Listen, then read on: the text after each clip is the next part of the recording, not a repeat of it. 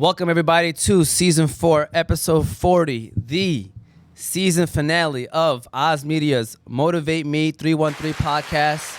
All right, giving a round of applause because this is the season finale. Shout out to Yusuf. I'm like, why is he giving a round of applause? Yes, this is Season 4, Episode 40, the final episode of Oz Media's Season 4 podcast show. So we're looking forward to a fun show today. Another important conversation that we'll be having. Looking forward to the guest as well. Before we even introduce everybody, today's title is called Between Two Worlds, the reality of raising Muslim kids today. So first and foremost, let me go ahead and introduce the people who are in the building, starting off with little big bro Yusuf T in the back on the ones and twos. We appreciate him as always. Been here since day one. Yusuf, give yourself a round of applause, man, because let's be honest with you, man. That's not easy. You know, I don't know how he does it. But he does a great job of it. So shout out to Yusuf. And then, of course, starting off with our guest as well. Go ahead and give a round of applause to Dewnya, Bazzi. She's in the building, and she also brought us drinks from Bakari Coffee. So we appreciate you for that as well. Bakari Coffee. Bakari. I'm sorry, Bakari Coffee. That's that Yemeni in me. I hit that hard. I hit the hard. All right. Abid is in the building as well. Shout out to Sis in the building. She's here. Go ahead and give her a round of applause, you know.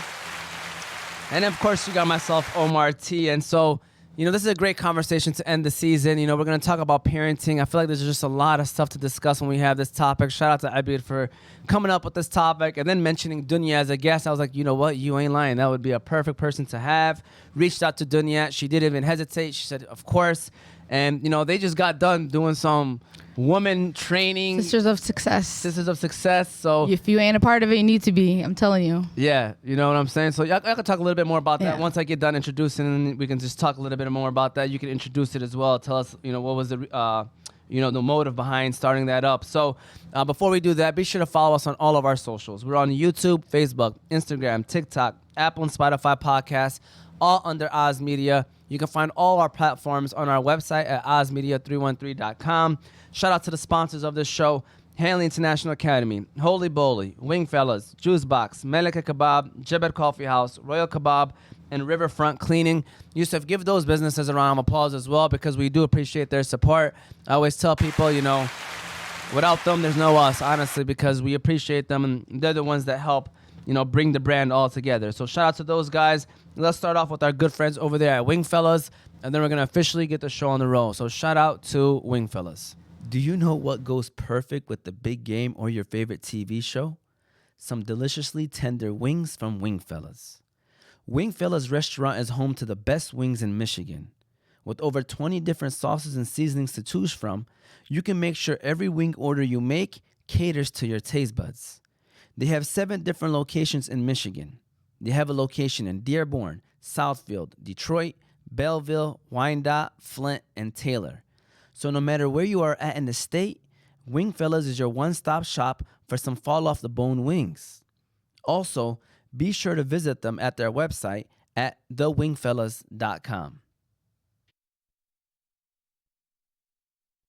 All right, we're officially back. So first and foremost, Dewnya, let's start off with you. Tell us a little bit about yourself, and also tell us a little bit about the Sisters of Success program that you have started. And as you can see from Abid being sore this morning, have been doing a great job with. So we as worked well. our muscle, our brain muscle, and our body muscles, and. Alhamdulillah, no, it was awesome. It was so good to have you there. I'm Dewnya Bazzi. I'm a mother first and foremost. I have 3 beautiful children: Imad, Ahmed, and Medina, 10, 9, and 6. And I'm a lawyer. I have a company called Outlaw. That's my career. My passion is serving other people who have been victims of car accidents. I could talk a little bit about my story later on, maybe in the show. But Sisters of Success is super cool. It actually came together because I was looking for a community like this. I go to different mastermind groups, and I'm blessed to be in communities that I pay a lot of money to, a crazy amount of money to be in rooms with people who are like-minded on the business level. But what was missing from those groups is like having that same value base, right? So most successful people have the same values. They talk about faith, family, fitness, finance, right? Those are the 4 things. But that faith element is, obviously, I want to hold it true to who we are, right? And And so I was looking for a community like that, and there were several women who I thought would do that as they were climbing the corporate ladder or having their own businesses and having a lot of success in it. And as I watched their growth, I watched them slowly lose their values in the process. And like I have goosebumps because I remember watching that and thinking like why? Like you're getting there like because of your values. Like as you lose them, you're gonna lose yourself in this process, and that's not what success is all about. 100%. And then I looked at my daughter at the time she was 4, and I'm like, maybe it's time, like I need to start this for her, so when she gets older, she doesn't have the same struggle looking for a community like this. So it's all about bringing faith and ambition together for the women that are like always trying to achieve more in their life, whether personally or in business, but also holding true to their values at the same time. So it's a cool sisterhood that we've put together. It's been going for about 2 years now.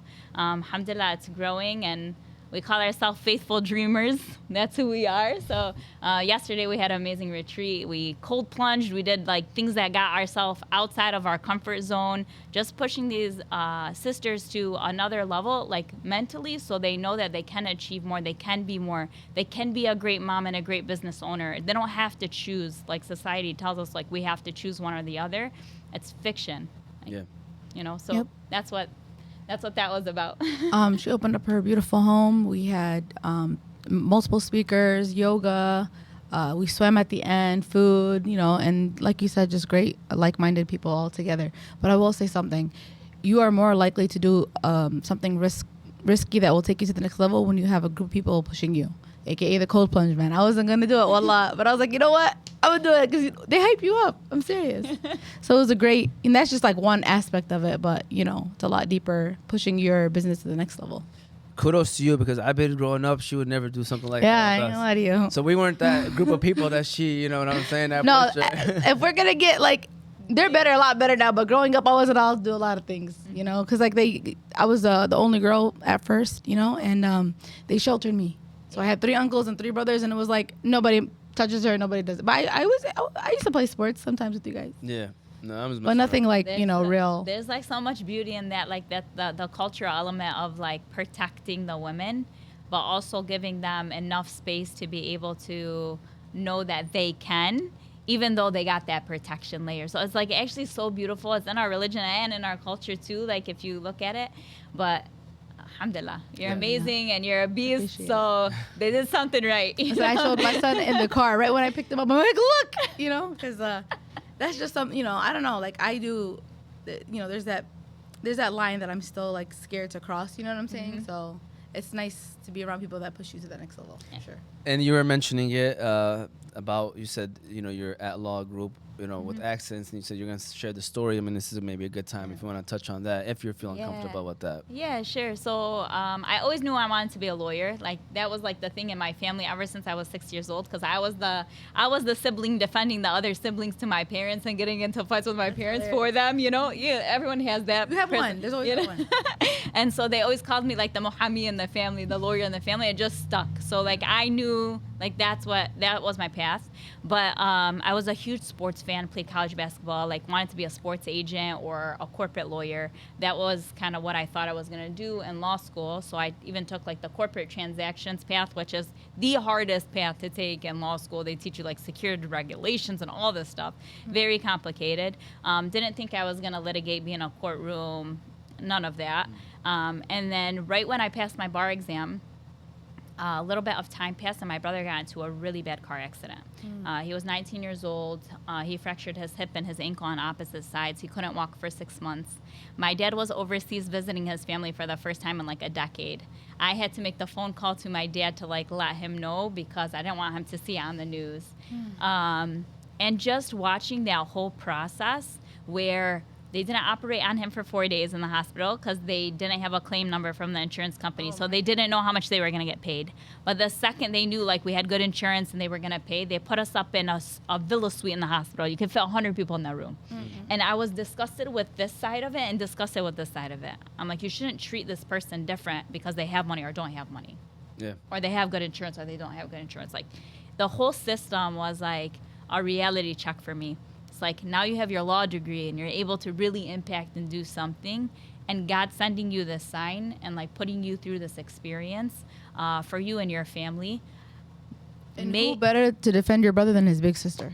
You know, and so it was a process, but I took my first job at a personal injury firm. Even though it was a crazy firm, nobody showed up to work. It was honestly a crazy firm, that first one. There was like, but they had thousands of clients. So it was like a crash course. In 9 months, I was the one picking up the phones, going on court, like doing everything, because like kind of the partners abandoned the firm for a little period of time. And then I left and started my own firm and said, this is the path for me. Like, I don't know everything, but I'm going to figure it out because I know that I need to help families that are in the same situation that my family was in. And I loved it ever since, and alhamdulillah. Like, we've grown the firm to do other areas of practice as well. So we have experts in every field. But my passion is always to serve like injured victims because of that. And you're doing an amazing job of it. Thank you. And you're growing the brand really well. Thank Kudos to you. And, so keep up the great work. And obviously you are a household name in the community as well. And so, like I said, keep it up. All the things that you're doing in the community, we appreciate you. But we're also, we love what you're doing with your kids. And that's why I mentioned you. And I was telling you this before the show. I think all three of us, we do a pretty good job with the situations and the circumstances that we are in. And so that's why we wanted to have this conversation today. And so, inshallah, you guys can learn something from it because we're not perfect. We're going to, hopefully we're all going to be vulnerable about things that we can also work on as well. And, let's get it rolling. So my first question, and the first one that we're going to get started with is, are we raising our kids with deen or with culture? And maybe we're not just specifically answering for ourselves, but we're just talking about in general our community. And where is the line? Where do we cross, or where do we draw the line? And we can start off with you on this one. What do we feel like? What do you feel like? I feel like because I was like raised with culture more than Deen was there, but it was always because with girls, it's I don't know if you guys, I was more than anything, and it was like kind of hindering a little bit for me. So when alhamdulillah, Allah gave me a boy. You know what I'm saying? So like I don't know how it would be if I had a girl, because like sometimes when I see my nieces or whatever, or even my younger sisters, and I'm just like that, it's still inside of me. You know what I'm saying? Because it was embedded. But like with my son, it's always deen first, And alhamdulillah, wallah, like I always tell everyone, I'm like, Allah yahdi man yasha, I swear he's better than me. Wallah. And then there's times where, he would remind me, or he was like, nah, I don't want to do that. Or like, I'll give you guys a funny story. I bought him some shorts, okay? And, even men have awrah, like they have to cover to their knees. And they were shorter, Nike shorts are a little bit shorter. And I'm like, you're going to wear them, man. I bought them for you. You know what I'm saying? He's like, no, mama, it's going to show my, like, he was literally like, and I'm like, Ramzi, it's not that big of it. Like, then I had to check myself. And I'm like, if he wants to do it, go ahead, let him do that. You know what I'm saying? That's what he wants, And he's a lot more, it could be people that he hangs out with or whatever, but even our family, like, he's a lot more, follows the deen a lot better than when we were growing up. For us, it was more Aib. Like, he attends lectures with me. He is very curious, you know what I'm saying? And he's so open. Because for him, it's not, you're not afraid of me. Don't ever be afraid of me. There's always going to be Allah watching you. So to him, it's always Allah watching him, not me. And I always tell him, I'm like, hey, listen, for me, I don't want you to do anything because you're scared about what I'm going to think or how I'm going to feel. I want you to always do everything with the God conscious in your head, to the point where you're like thinking of Allah. What would Allah think? Would this please Allah, or would it not please Allah? I'm like, don't worry about me, because at the end of the day, I'm always going to love you. I'm your mom. Like, there's no way anything that you can do that's wrong that's going to make me not love you, regardless. It's like, just, that's between you and Allah. So what are your thoughts on how raising between deen and culture? Such a good question, because when I got married to Fuad's family was very culturally oriented. And my family, I didn't even know, right? Like, growing up, you don't realize what's what, or 100%. I don't think we fully understood it. But I realized my family was less culturally oriented, but more religiously oriented. And the divide that created initially, like even in our marriage, was real.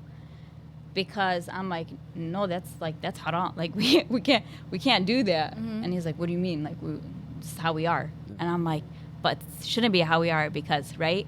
And we had to really like work through that. It took us a couple years to work through that. 100%. And what we realized is it's kind of like, okay, here's religion and here's culture.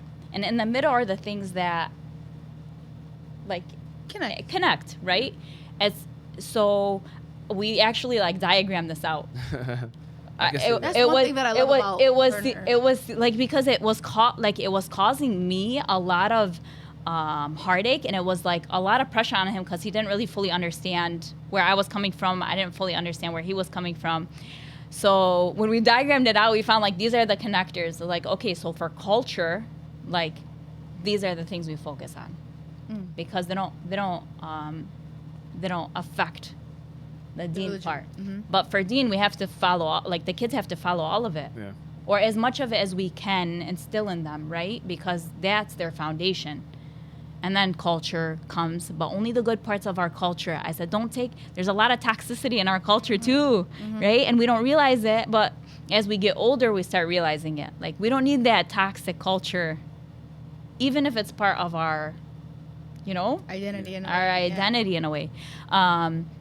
And so it's like reshaping the identity prior to you having kids, so you fully are on the same page with your spouse, so you understand that when you do have kids, it's there. And obviously you're gonna run into examples as you're raising them and things like that, but having these conversations before you actually have kids is so helpful, because it's hard in the middle of like a situation to be like, hold on, but figuring it out. You don't want to figure it out in front of your kids if you can figure it out before.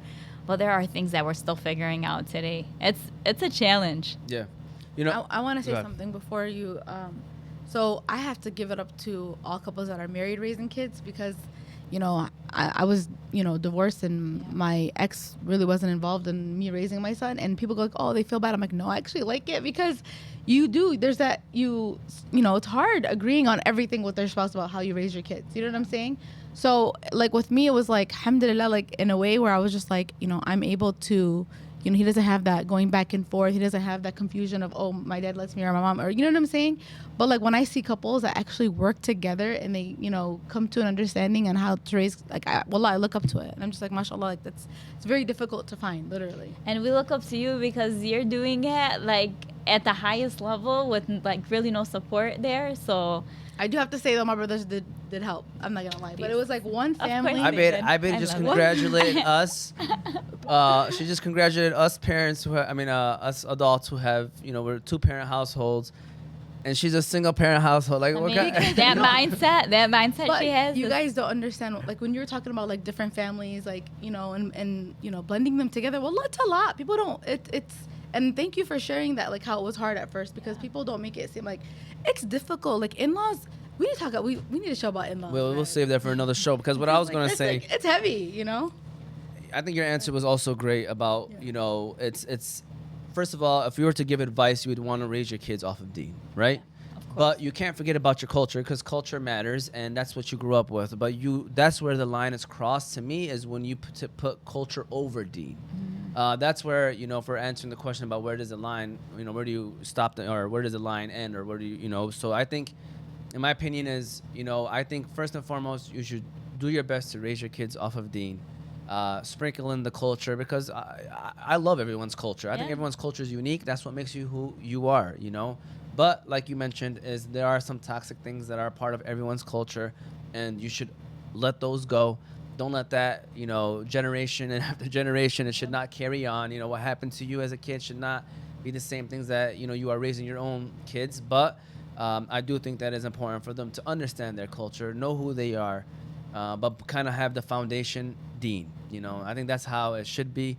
That's how we try to raise our kids. We're not perfect. Obviously there's still things that we can work on with that, but any opportunity we have to teach them something about the deen, we try to take advantage of it. Like, why, Baba? Why do we do that? Then we'll tell them why do we do the specific things that we do.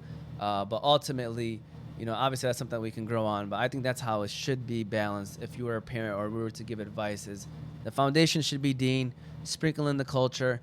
But I don't think you should ever raise a kid off of culture before deen. I don't know if that's something that we can all agree on. So This is a good question too, okay? And I love all the questions, to be honest. I actually love this topic. I don't usually share. I'm usually one that's asking questions. Yeah, I can't wait to. Yeah, I'm definitely gonna be asking. Definitely asking some questions today. What does it mean to be a good Muslim parent today, in your eyes, Dewnya? I don't know. I think it means something different to everyone. Parenting is the craziest thing because it's the one thing you can do for like 20 years and not really know if you're doing a good job or not doing a good job. And then you're like, oh man, I crushed it. Or man, I thought I was crushing it, but I wasn't, right? And I think being a good Muslim parent is leading by example. Recognizing that your kids are so much more capable than you give them credit for. Right? Like you said, our kids are better than us, right? So, like, when you see that, they're like, Mama, it's time to pray. Come pray with me. Okay. Well, maybe I want to wait 5 more minutes. Yeah, you know what I mean? Yeah. But, okay, getting excited about it because they feed off of that energy. And always being, like, explaining the why. I think parents are, like, whether it's gentle parenting or authoritative parenting, right? Both are okay and both are actually necessary, I think. But with both of them, you need to explain the why behind what you're telling them or why you're telling them it. So they truly understand it, and then they're more likely to adopt it as like a fundamental principle.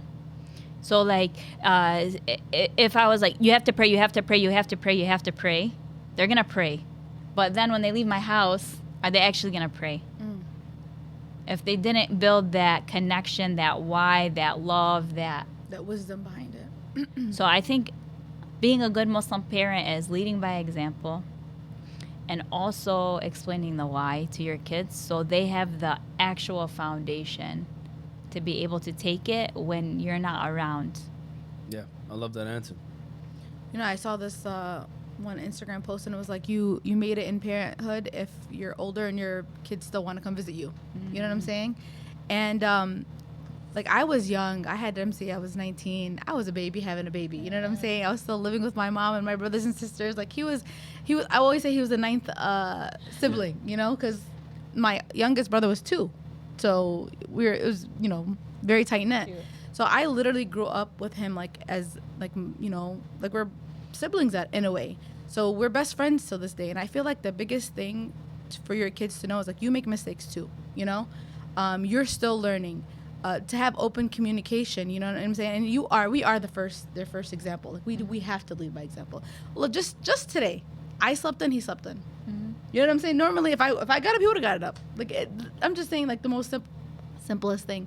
But it's definitely leading by example. But I do want to share. I'm going to Majid Mahmoud. He's teaching us like the prophets, the way the prophet treated everyone. And this last week, he talked about how we treat children. And he gave us 9 like advices, and they're all backed, but I didn't write down how they're backed. I'm sorry, guys, but like I just gave the titles. So like the first one was like, make children feel special. You should always make children feel special. Number 2 is entertain their curiosity. Number 3 is be playful with children. And mind you, when he's talking, I'm like, do I do this? Do I do this? And I'm a teacher, so naturally, I have not just my son. I have multiple children that teachers do help with raising kids as well. Number 4 was show interest in what they value. Number 5 was teach faith before facts. 6 was teach the wisdom, not just the rule. So when you were mentioning that, I was like, yeah, that's 100%. Teach concisely and impact permanently. Like, small lessons at a time. Don't overwhelm them. Never overlook the rights of the children. I think as parents, we do that a lot. We think that it's our way or the highway, and they do have rights over us. You know what I'm saying? And then last was keep your promises. And that's one thing that sometimes I have to work on, because like I'll make a promise sometimes and life, gets in the way. But when I seen this list, I was like, if everyone treated their children like this, like, wallah, we'd have a generation of amazing, confident, beautiful human beings. And it's like, we can be a part of the childhood trauma if we don't check ourselves. You know what I'm saying? So I thought that, it'd be good to share that as well. Yeah, and no one's answer is wrong. Like you said, everyone's answer is going to be different because it's how you view it, you know. And this is not one of those things where there's one specific answer. And for me, it's being present for your kid. Yeah. Mm-hmm.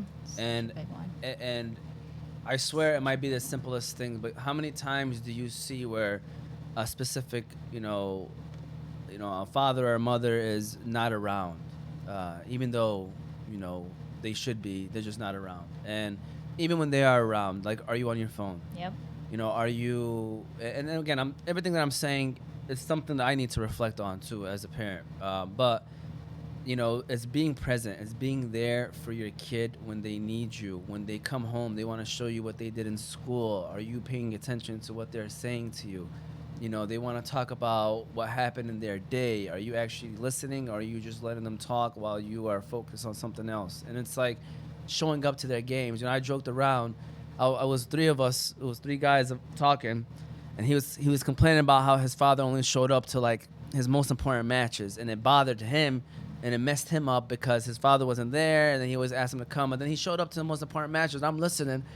We laughed about it. I was like, man, my father never showed up to any one of my games. Lord, I'm a very busy person, you know what I'm saying? And I don't hold that against them. But just small things like that, when you show up to their games, when you show up to their events, you see that big smile on their face. They're so excited to see, you there. It's being present. I know that we get caught up in this world. We do. There's so many things happening.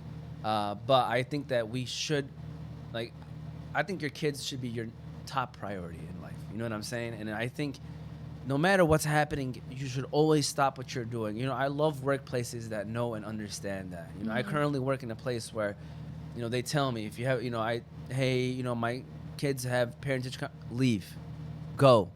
That's what they tell me. And I appreciate that so much because it makes me a better worker too. And now when I'm at work, I feel like I need to do more because they respect my personal time too, and they appreciate me. So it's like, be present. Be there for your kids. I can't tell you how many times I see, especially fathers, like, man, like, well, how are you hanging out with your friends every single day? Don't you have kids at home? Don't you have a wife at home? Like, it mind boggles me. Like how much time are you giving to your kids?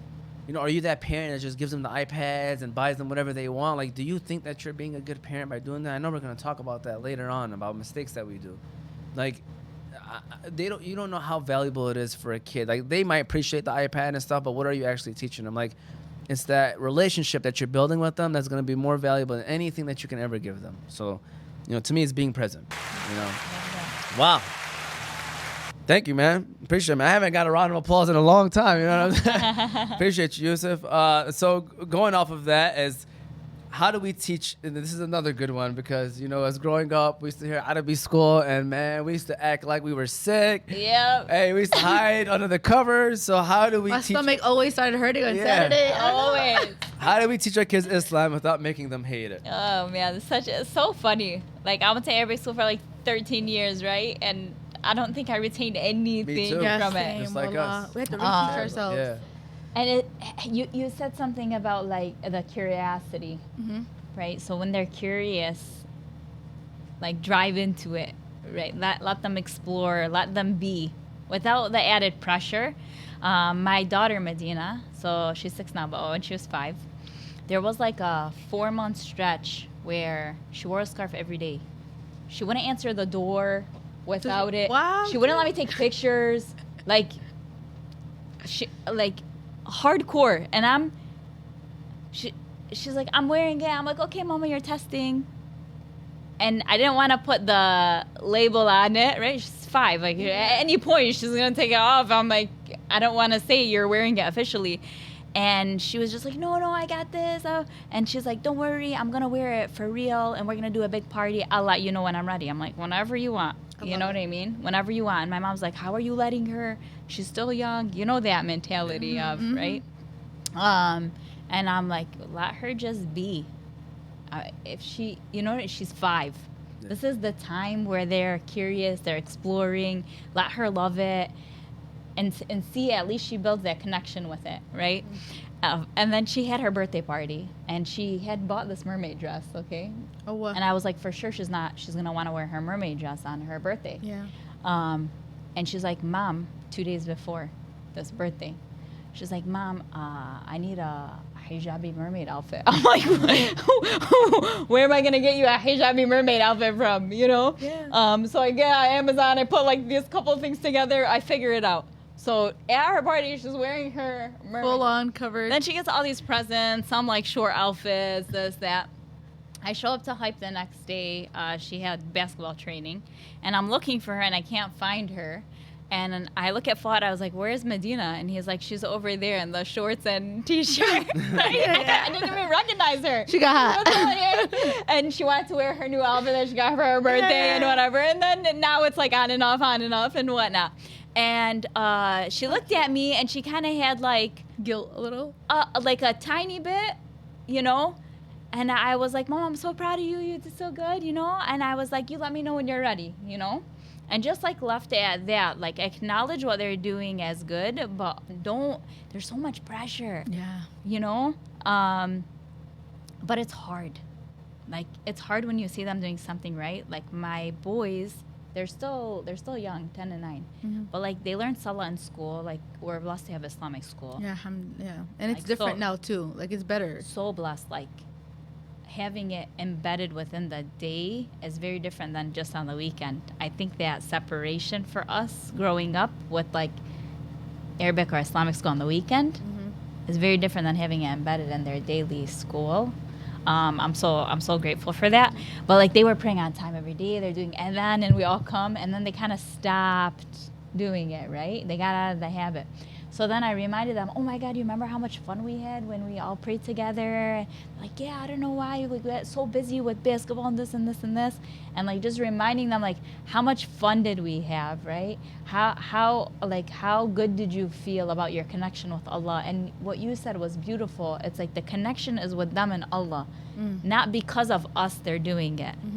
And it's hard every day. It's not easy. It's a struggle. But I think being conscious of those two things, like building their own connection with Allah, with the Prophet, right? Like building their own connection is so important because that will live on instead of just doing it for their parents. Yeah, I agree. I bet you want to add on to that? You know, with me, I really do think that if I want him to read Quran, I have to read Quran. If I want him to pray, I have to pray. You know, and I have to do it in a way where I'm excited about it, like you said, to make him excited about it. But I think it also does stem on, you know, the fact that nowadays everything is like explained in English.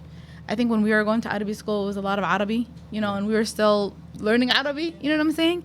And now there's, you know, children's books, and alhamdulillah, like I was able to like, you know, give him those early on, where he had that love for Allah before he even learned Quran. You know what I'm saying? He already loved Allah before he learned how to read Quran. And I'm gonna like mess this up, but like like when, you know, they were trying to get people to accept Islam back in the day, it took years before they started praying. So why are we like rushing to like force them to, you know, do the things that like the commandments before we even teach them to love Allah first? So like I think that was like the biggest thing, was focusing on having him love Allah. And then eventually he's going to want to pray because he loves Allah. Yeah. You know, he's going to want to read Quran because he loves Allah. He's going to want to, you know, give zakat because he loves Allah. He's going to want to, you know, go and perform umrah because he loves Allah. You know what I'm saying? So, you know, I'm not perfect at all. Like I said before, like, wallah, he reminds me to pray too. And now we have it. Like one time we were at a lecture and we learned that if you pray Jama'ah and Fajr, it's as if you prayed half the night, like half the night, like towards the morning, and then if you pray Jama'at for Isha, it's the other half. So if you pray together like Fajr and Isha, it's like you pray the whole night together. So now every single day, you guys, Fajr and Isha, we don't miss it. Regardless, even if he's out, he'll text me, when are you coming home? Like, are you about to come home soon, or I'm out, or, you know, regardless, whoever's out, we wait until the other person comes home, even if it's 12, 1, whatever, and then we'll pray together. Like, that's our thing. And I think that's what it is. And like now also, like, just respecting, he's 15, so he's older. Like, respecting him as, like, you know, becoming a man. You know what I'm saying? And having him lead the salah, you know? And I think he loves that, and it builds his confidence. But there's no, like you said, there's no right or wrong. I'm still making mistakes. Like, mashallah, he never listens to music in the car. I still have struggles. And that's him. Like, and I always tell people, like, oh, you're raising him great. I'm like, no, wallah, it's Allah. Because I used to always make dua, like, God, please help me with raising him, because I can't do it by myself. You know, like, look out for me, because I'm not always going to be next to him. Especially now, like, I don't know most of his friends. You know, before I used to know all of his friends because I taught at the same school until he was in 8th grade. So it was easy seeing him at school and seeing his friends. And now he's in high school, and I'm like, I don't know all of his friends. And I'm like, yeah, Allah, like, you know, it's very scary. And, you know, and he's at the age where, like, you know, it's not cool to have your mom tagging you along, you know? And I don't think there was any age where it was. no, he was, listen, he was all right with me, you know? So anyways, like, now he's alive. He was all right. Yeah, that's your opinion. I mean, You know, and I'm trying to, like, let go a little bit because I'm, like, trusting in, like, you know, his love for the deen and, like, what he's kind of instilled in him. But, well, that's scary. And I can admit that, like, it's just not easy. And I don't know what he does outside of the, you know, home when I'm not next to him. But you just hope that you continue that, just that love and that, you know, trust within each other as well.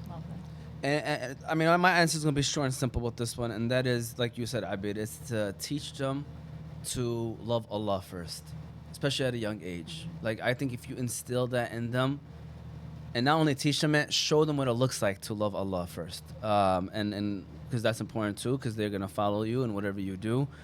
Because everything else, inshallah, will come easy if you do that. Because they'll understand why they're doing what they're doing. Why are they learning what they're learning, you know? Once you give them that foundation of understanding of how you're trying to please Allah and you're doing it for the sake of Allah, you're not doing it for me. Like if my daughter says, Baba, I did Quran, or, you know, she did her Quran class, you know, I learned this new surah. I was like, thank you, I'm proud of you. I was like, always remember though, you're doing it for Allah. You're not doing it for me. You're doing it to please Allah. And you kind of give them that foundation of understanding that. I think everything else will come easy. I think this is the most difficult thing. I think for any parent, especially Muslim parents, I think that's the most. I think the thing that probably worries us the most is making sure that they are following the deen and they become. They don't have to necessarily be a religious person, but religion and deen is the forefront of how they navigate life. I think that all of us will agree that that's one thing that we want all of our kids to do, and that's important. And so I think making sure that they understand what the meaning is of actually doing things for the sake of Allah, and then they take that with them. And like you said, well, you'll be surprised of how much the kids will actually understand it, even at a young age. And like, you know? I think we grew up with fear more than like love. Yeah.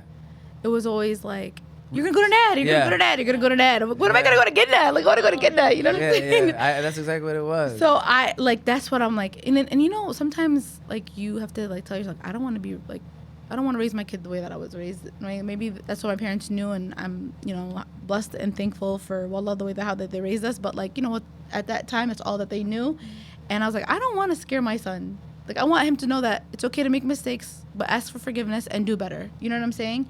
That there's always going to be, like, you know, times where you feel weak, you know, and your deen is not the strongest, right? So, like, you just gotta repent and, like, do better.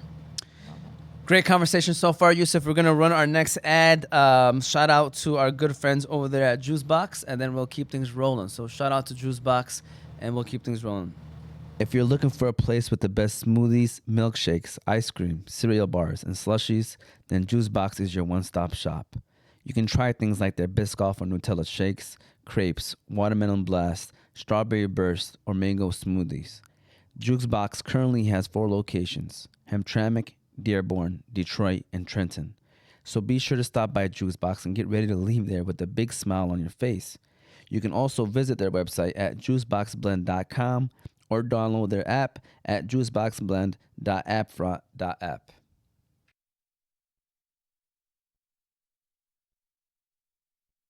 All right, we're officially back. Shout out to Dewnya and Abir doing a great job having this conversation. And you know what? I'm going to start answering this question not just from my perspective, but I think the overall Muslim population perspective, because I think we're very, like I said, alhamdulillah, I think we're all doing a pretty good job with raising our kids, but obviously this is not the case for everyone. So I'm going to try to answer these questions in a way where I'm taking everyone into consideration, how they can get better also and learn from it. So the next question is sons versus daughters. Are we raising them the same? I'm looking at you, Dewnya. You can answer it first.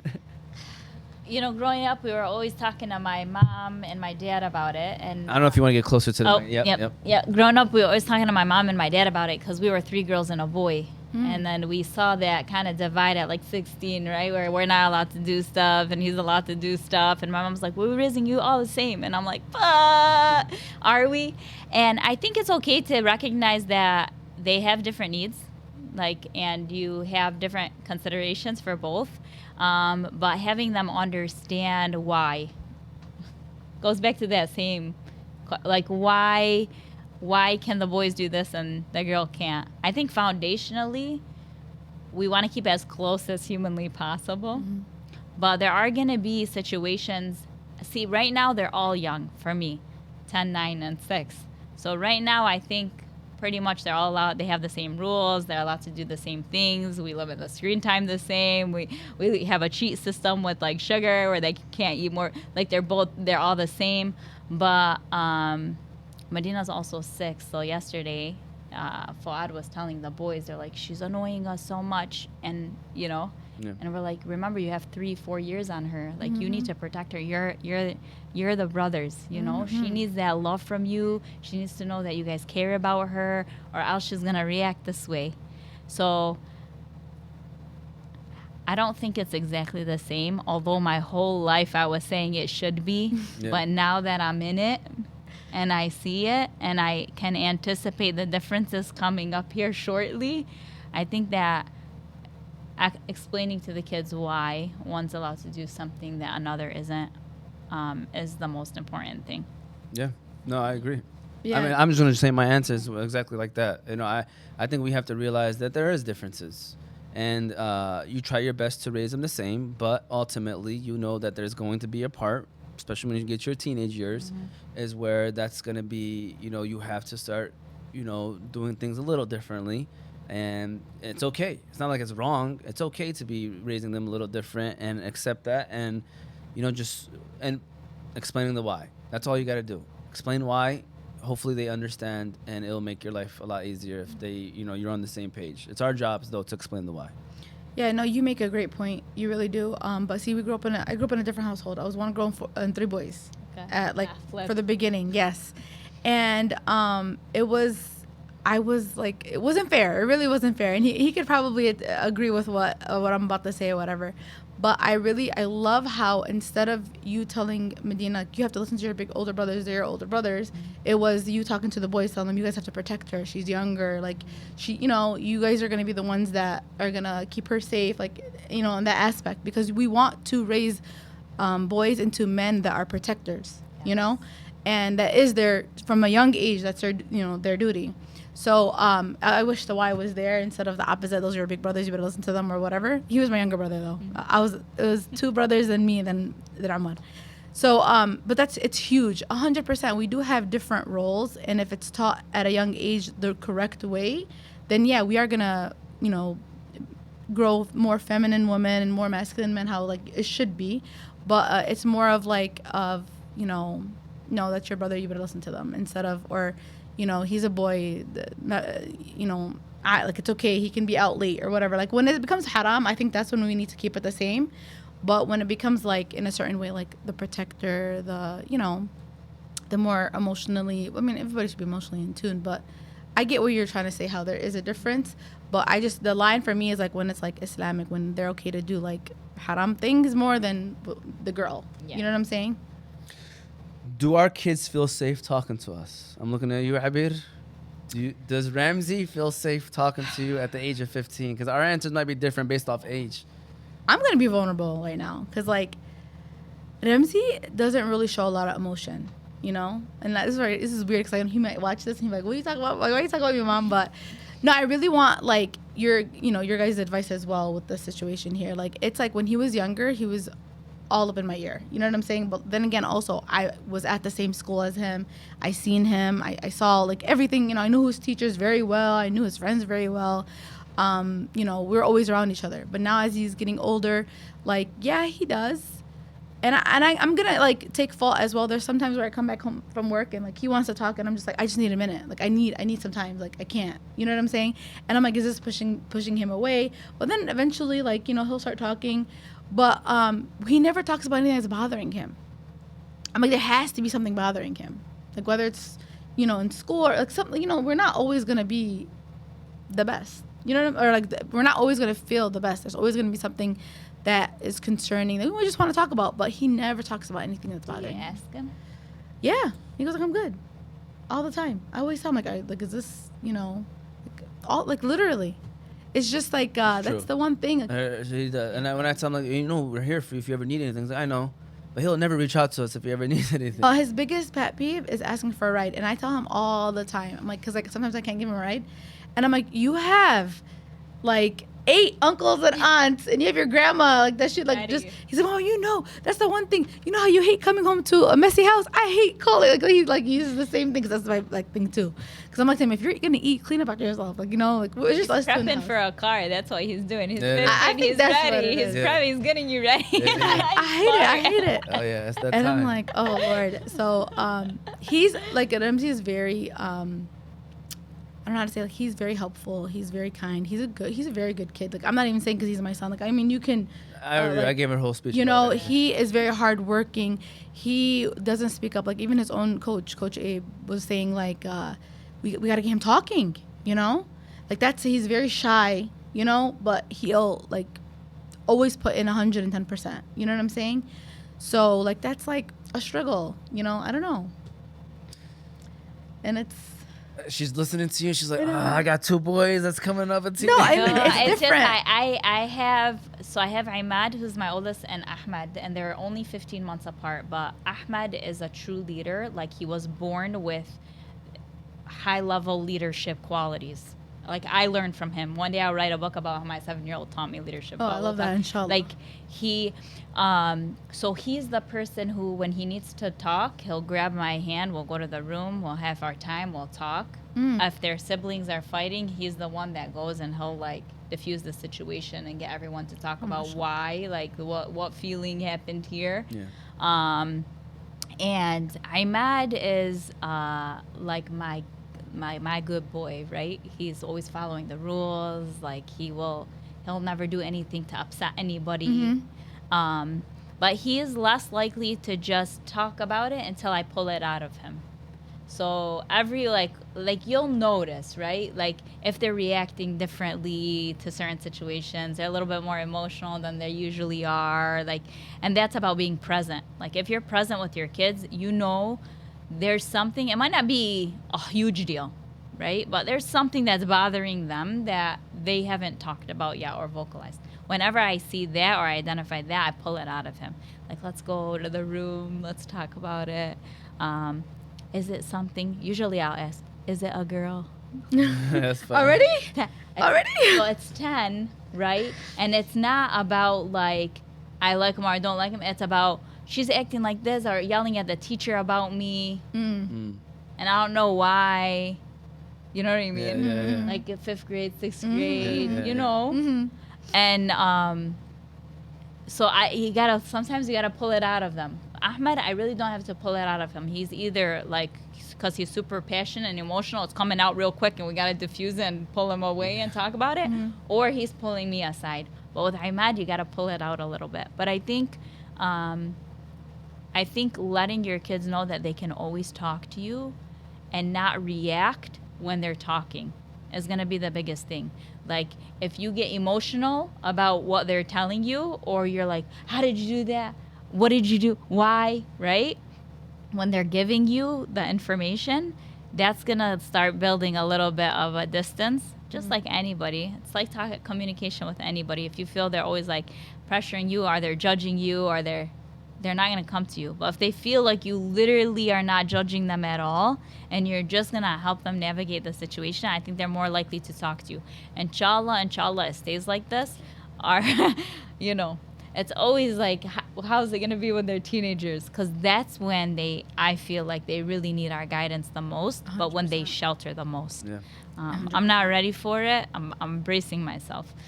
No, that's a very good point. I think that you're there to just listen to them, because as parents, it's so easy for us to be like, you shouldn't do that, you know, or that's where you were wrong, or that's where you should have not made that move right there. And I'm thinking about it. You know, I got girls. You know what I'm saying?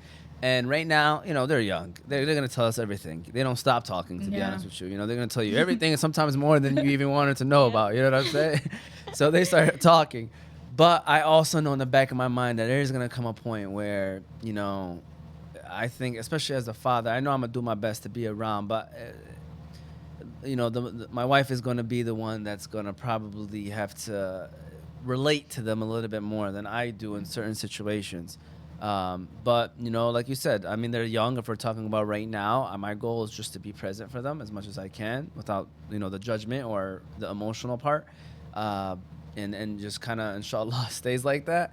But it's a reality that sometimes you just gotta have to just try your best to be there for them. I think one thing you do is make sure that they have the right people. If it's not you that they're going to, it's the right person that they're going to. Yeah. Like, it could be my sister. Maybe she doesn't want to talk to her mom and dad. Okay, that's fine. Go ahead and talk to Abid. That's okay with me. I don't want her talking to like her friends about everything, because sometimes, I mean, even if there are some good friends, obviously, but you just kind of have to like, know who they are, going to. I'm just speaking on top of my head because obviously my kids are still young, but just kind of like knowing who they are going to. If it's not you, okay, who's that person? With me, it was my older brothers, but if I didn't have them, it was my uncles. So like those are my go-to people if I needed advice or I needed something that I needed someone to tell me what I'm doing is right or wrong. And that's kind of what you want to do. You want to make sure that they have that support system. Takes the village. Yeah, and that are kind of have the same mindset as you. I think that would be my advice, is just maybe it's not you, but make sure that whoever it is, they kind of have the same values as you, Love that. So I mean, that would be my advice, at least just coming from a outsider's perspective. If it makes you feel better, my dad is my person, and he was my person like throughout my whole life. Okay. Even in my teenage years, That's great. even when so if you do it at a young age, I think they'll still come to you. Yeah, Makes you feel better. But I do need to do better, and I know we're gonna talk about this about discipline and all that without yelling and stuff. Like I do, but we'll talk about it as it comes on. But this is the one that bothers me a lot, and I know it still happens, especially with my brothers, because I see it as with my family, is the comparing your child to others, all right, and the harm of it. What are your thoughts on it? Just in general, the harm of comparing your child to others. What are your overall thoughts on when parents do that? I think it's the worst thing that a parent can do. You gotta give claps for that. For 'cause sure. I agree. For sure. 100%. They are already comparing themselves to everyone when they're like social media we can do a whole 5 series podcast on social media, right? Yeah. But the world is already comparing themselves. Like every person's already comparing themselves subconsciously, consciously. Why? Like, if you see somebody's doing something really amazing that you want your kids to do, cool, instill in them. But don't tell them be like this person. Because when that person does something wrong, or it's like, okay, you wanted to take this trait from them, but they have like 20 other traits that you don't want them to, they're going to take everything. Yeah. And just putting them down in that way, like, and I think this topic is a little bit easier than some of the other topics for me, because I was always like, I'm not competing against anybody else, I'm competing against myself. Like, even in the gym or, in business or whatever, it was like, who's your competition? I was like, I just need to be better than I was yesterday. And instilling that in my kids, like, if you get 1% better every single day, and we literally chart this out, it's like, do you know how much better you'll get in like a whole year? And man, just like the comparing culture is just so toxic. It's an Arab thing, though, for sure. I think it's more prevalent in our community than other communities, but I do think that, because like I'm in other groups, right, with different types of people, they're all comparing, like, oh, my business is doing this, their business is doing this, why is their business doing this, I'm not good enough, I'm not worthy, I'm not this, I'm not that. It's like, no, you're completely worthy, you're completely good enough, you just got to put in the time, or maybe the strategy needs to be a little different, or, right? Whenever you personalize it as like this person versus this person, I don't think it's a good thing. It's like, you are an individual person who should be grounded in faith always, and you have a superpower that nobody else in the world has. So why are you comparing yourself to this person? Maybe your superpower is different. Your purpose is different. What Allah instilled in you is different. So, like, and I hear it, like, in the gyms. I'm sure you hear it. The parents in the stands, oh, man. Yeah. I almost want to put sound canceling headphones on in a gym with like in a basketball league. Like the way I hear parents screaming at their kids, it's not like, oh, you got this next time. It's like, what's wrong with you? Mm-hmm. What's wrong with you, bro? I'm like, why are you like, what's wrong with you, bro? Can you, that stuff, what's wrong with you, bro? Same question can be asked to the parent. Right. Across a court with hundreds of people in the stands. And they think that's going to make and them their better. peers on the court. Like, do you not see what you're doing to your child? And haram, it's not ill will. Mm-hmm. Like the parent doesn't mean to, it's not coming from a bad place. Yeah. It's just because they don't know better. They haven't trained themselves to not say things out loud that maybe that was said to them. Like their intention is to make their child get better, but that's not the way to make your child get better or want to get better or even feel them to get better in that way, you know? Yeah. I think it breaks them down. Like parents sometimes like compare it to other siblings. Like that's the worst too. It ends up making the siblings hate each other. Yeah. You know, because you're like, look at your brother, look at your sister, or even the opposite. You're teaching your sister, you're teaching your brother, and it's like, we're all different. We're all not the same, you know, sibling or the same person. You know, I do that. Sometimes. I need to stop that. No, alhamdulillah, I only have one, but I came from a family of 8. Yeah, so, you know, it's something that I think we went through that.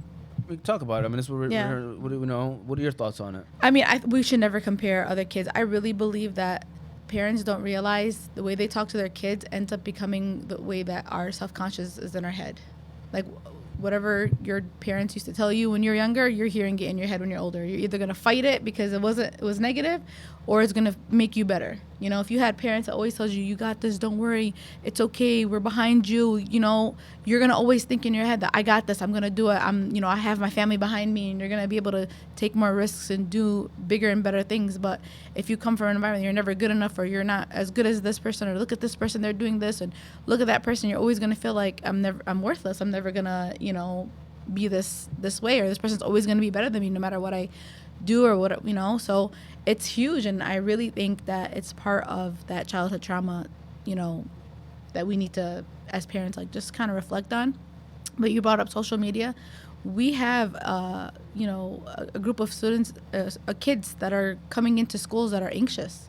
They're very anxious, and it's because of social media. It's because of the comparing themselves, even without a parent comparing them to anyone. So it is a very huge issue that, you know, is affecting the students and affecting our children.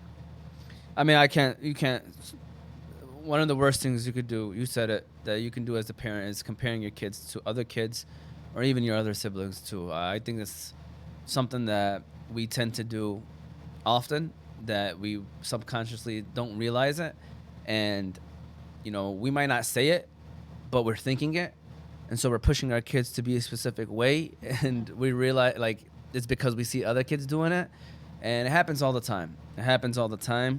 You know, again, something that you could always work on. Nobody's perfect, okay? Mm-hmm. No one's going to be perfect as a parent, but it's something that you can always work on and to stay away from. It's comparing your kids to others or wanting your kid to be like someone else. Like, know what your kid is, who they are, what they're good at. Help them, you know, get better at whatever it is, and whatever ends up happening, it happens, you know. Whatever the end result is, just know that you did your best, or you tried your best as a parent. And the most important thing is just, you know, raise a good human being, you know. I think that's the most important thing. That's all that should matter at the end of the day. The sports, the school, the grades, you know, what they become in life, like all that is great, you know, especially if they're accomplishing a lot of goals. But I think the most important thing as a parent that you should feel proud of is raising a good human being. And I think we lose focus on that. But comparing your child to others, I think that's the worst thing that you can do as a parent. You know, that's my opinion. And sometimes, like, as parents, like, we had dreams when we were younger and we couldn't fulfill those dreams, so we want our kids to fulfill the dream. You know, whether it's like basketball, say like you almost made it, but now you have a son and you want him to, you know, feel that. Yeah. And it's like, well, I'm going to train him young and I'm going to be that person. And they don't even want nothing to do with it. You know what I'm saying? So, you know, my dreams of my son becoming a doctor, it might not come true. You know what I'm saying? But I'm okay with that. But, you know, it is. It's something, sometimes it's selfish on our end. Like, you know, I was going to do this. I couldn't do it because I didn't have the support. So now I'm going to pour my support and do all this to my kid, and they don't have the passion. Yeah. So I just want to say something off of that too, Yeah. because I agree, but I also think that as parents, we're allowed to put our kids in situations and just see how they're going to react to them. I think that we should always have high expectations, regardless. Yeah. Like whatever they choose to do, 100%. You're gonna go into that 100. That's what you want to do. But now I'm gonna have these expectations from you. You want to pursue basketball? Okay. Are you waking up at 6 a.m.? Are you going to your practice? Are you making sure you're eating right? Like, are you showing me that you want to do this thing? But I don't know. So let me give you an example. Amila, you could tell she's an athlete, like she wants to play sports. Serene, you know, she's starting to buy in, but you know, off of rip, you'll see her, you'll be like, you know, she's more of like, you know, butterflies, yes, and you know yes. what I'm saying. So they're like the opposites. Subhanallah. but believe it or not, like seeing Serene, you know, grow is like I'm seeing her starting to react in a way where I'm like, okay, that's great, but I don't think I'm wrong for putting her in sports because no, I want you're letting her. Yeah, She's still young. Yeah. yeah. I want her and just any kid. I think. I mean, sports to me, I could, like you said, it could be a whole podcast show how like I think every kid should play sports, but I think there's so much that a kid learns in sports 100%. in life that I'm gonna be honest with you. Like I don't want to say like, you know, even if they don't want to, you know, we're gonna find a way to like find a sport that's gonna work for them. My question is middle school. Once she gets to middle school and she doesn't want to play, you're gonna keep making her play? See, so I've been saying word making, by the way. That's a tough word, all right? You know what I'm trying to say. Yeah, no, I'm joking. I'm messing around. Yeah. I was messing around. So my hope is that we find the right sport for her to love. Because yes, I definitely want her to play sports throughout her whole life up until after high school. What if she's like, Baba, no, it's not, and you see it, you see her not putting her 100%. She's on the bench, she's not there, and you're wasting. Like, and what if there's something else that she loves to do? What if her, you know, end of it is creativity? Now you're hindering her creativity where she could have blossomed and did something different. You know what I'm saying? Yeah. So that's. I think middle school is where they can start. You know, because if you put them as, I agree. I think middle school is 3. the middle school is definitely the part where like it's gonna be like, okay, you know, where because we you at? can do everything to push and motivate them, but they're sitting on the bench. Yeah, for sure. They're hating they're hating their time there. You know what I'm saying? Yeah. No, that's the age where I feel like that's gonna be the make or break. Well, you time. should definitely expose your children to everything. Yeah. Because they don't know what they like until Yeah. they try it. Yeah. I Look agree. at us bickering. What do you- no, what do you- yeah, tell us what you think. So cool, man. Like, and there's always so you always find a sport. You just got Yeah, that's what I'm saying, right? Exactly. Yeah, It's gonna it be might be swimming. golf. It might be golf, and you Yeah. don't love golf, but Tennis. like it might be. Yalla. Yeah. Ahmed, my second, is super passionate about football. Okay. Super developed in basketball because he's been playing up in his brother's league for forever. This is the first year he's actually shown up in his own age group, and he's crushing it. Yeah. Nice, mashallah. We want him to play basketball because we don't want him to play tackle football Yeah. because of all of the reasons. Yeah, me right? too. Even I though we don't- love football. The kid looks me straight in the eye last year, and he's like, okay, that's fine. You made me play flag football. You're going to take away my dreams. Looks me straight in the eyes, like, okay, you're going to take away my dreams. I'm like, this kid got me. Yeah. Right? So I looked at Fuad and I was like, he knows us too well. First of all, he's smart for saying that to us. Yeah. So we have him in this year, football for the first time. Pads. Yeah. Okay.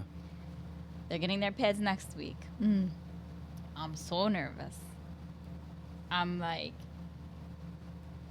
but you saw it. Like, the passion is there. The love is there. He's literally probably on the hill right now, running up and down the hill because he put on his thing, I need to run 20 times up and down the hill to make it to the NFL, right? Like, I can't take that from him. You can't say no to that. Even though as a parent, I'm terrified. I'm terrified. And we explained it to him, right? Like, we explained the head trauma. Like, we showed him the documentaries. Like, he's watched it, you know? But he's still like, I still want to do it. And then a part of me is like, if he does it at 14 and doesn't do it at 9, then he has like 5 years of like these other kids playing in pads and Yeah. like then like now your risk level is a lot higher. So like we folded as parents. We don't want him to play football. but also sitting on that, like, you took away my dreams, that will live in him forever. Like, that's for sure. So if we allow him to try, hopefully he folds and says, I want to play basketball. I'm so good at basketball. Yeah, but you're going to let them make that mistake. Or not. Inshallah, it's not a mistake. Inshallah, It's just it's so hard. It's so hard. Like you said, you can guide them, guide them to do the things that you think are going to be best for them. But at the end of the day, at some point, like, you have to fold. And you can't live your own dreams through them. I think that's where you started. It's like, they have their own dreams, their own aspirations. Your job as a parent is to find that, curate it, and protect them through it. Yeah. I mean, this is parenting, right? This is parenting. So everything that we're saying, these answers, this is what parenting is right here, man. You're learning every single day. You're learning something new every single day, and what you believed in yesterday might not be something that you have to, it might have to change a little bit. You might have to adjust. It's adjusting, right? You're adjusting 24/7. Your kids grow older. They might not like the things that they used to like, and that's what parenting is. It's adjusting on the fly. Whatever is happening, you kind of have to, change your views, because ultimately it's really not just about you. It's about your kid, and also, especially if you have like a partner, their opinion matters as well. So, believe it or not, running our last ad of today, and then we're moving on to the last third of the show, but still some juicy questions remaining, especially number 7. Definitely, I'm going to lead off with that one. So shout out to... Oh, how excited he is. He's like... Royal Kebab. Shout out to Royal Kebab, Yusuf. And then our final ad of season 4 that we're going to run, Royal Kebab. We appreciate them and their support. They got some good food. Guess who's back? Back again. Royal Kebab is back. Tell a friend. Yes, that is right. The restaurant that you all have been dying for to open back up is officially back operating in Hamtramck. Royal Kebab offers the same mouth-watering Middle Eastern dishes as their sister company, Malika Kebab. You can order their lamb over rice, combo platters, shish platters, shawarma sandwiches or plates, fattoush and tabbouleh salads, all at the newly renovated Royal Kebab restaurant located on Kniff Street in Hamtramck, Michigan. So be sure to check out their website, royalkebab.com, before you make your next order and see why so many people have been raving about this restaurant. All right, we're back. I think this question was meant for me. I would put this question in there so that I can expose myself and be vulnerable. I'm just kidding. She sent me the whatever, and I picked this question. I was like, you know what, we're going to include this question in there because, I mean, I know I'm not the only one, but it's discipline without yelling. Is that even a thing in our house, okay? And so I'm going to start off with this, and it ain't really just about in the house. It's outside of the house. Sometimes I'm that parent at the games. Now, I don't yell across the field. I was a coach. I coached. Now, that was the part where I would yell across the court. You know what I'm saying? But you're not yelling, like, to put them down. You're yelling to tell them what to do. Yeah. And it wasn't like, you know, don't get me wrong, though. I've had my moments, too. Like flashbacks. Hey, listen. Flashbacks. I'm like, wait, what did I say? But it was especially to my brothers and my nephews. Yeah. Not to players that were random. I would never, like, go overboard because they're not my, blood. Yeah. You know what I'm saying? But to my brothers and to my nephews, man, listen. I was the only coach that ever hit one of them. I don't want to say it, man, but I no, okay. Just shake my head. Yeah, so I've hit him with some idle beat terms sometimes too as well on the field. I want to say in English. So with that said, okay, last Tuesday, my wife told me something, and I was so mad at myself that it still bothered me. And then our game got canceled on Thursday, and I'm super mad because I'm like, dang, I'm still feeding off of how I reacted on Tuesday. And my daughter, her last game's on Tuesday, so I kind of want to show her, back to the old me. So, as she was learning the game, I was probably exactly how you should be as a father/coach. You know what I'm saying? I know we had a conversation. You're like, I'm enjoying it. Yeah. I'm like, are you like being that? He's like, no, I'm laid back. So these last couple of games, I've been caught up. Okay, I've been caught up in the ways that I don't want to be, and so. In baseball in this league, Amila, they, coaches could be on the field. So I stand behind her. Every single position she plays, I'm right there next to her. Okay? And, lately, I mean, listen, a lot of the kids, they don't make mistakes. It's rare you see a kid make a play at this age. If they do, that's why everybody starts cheering because it's nice to see.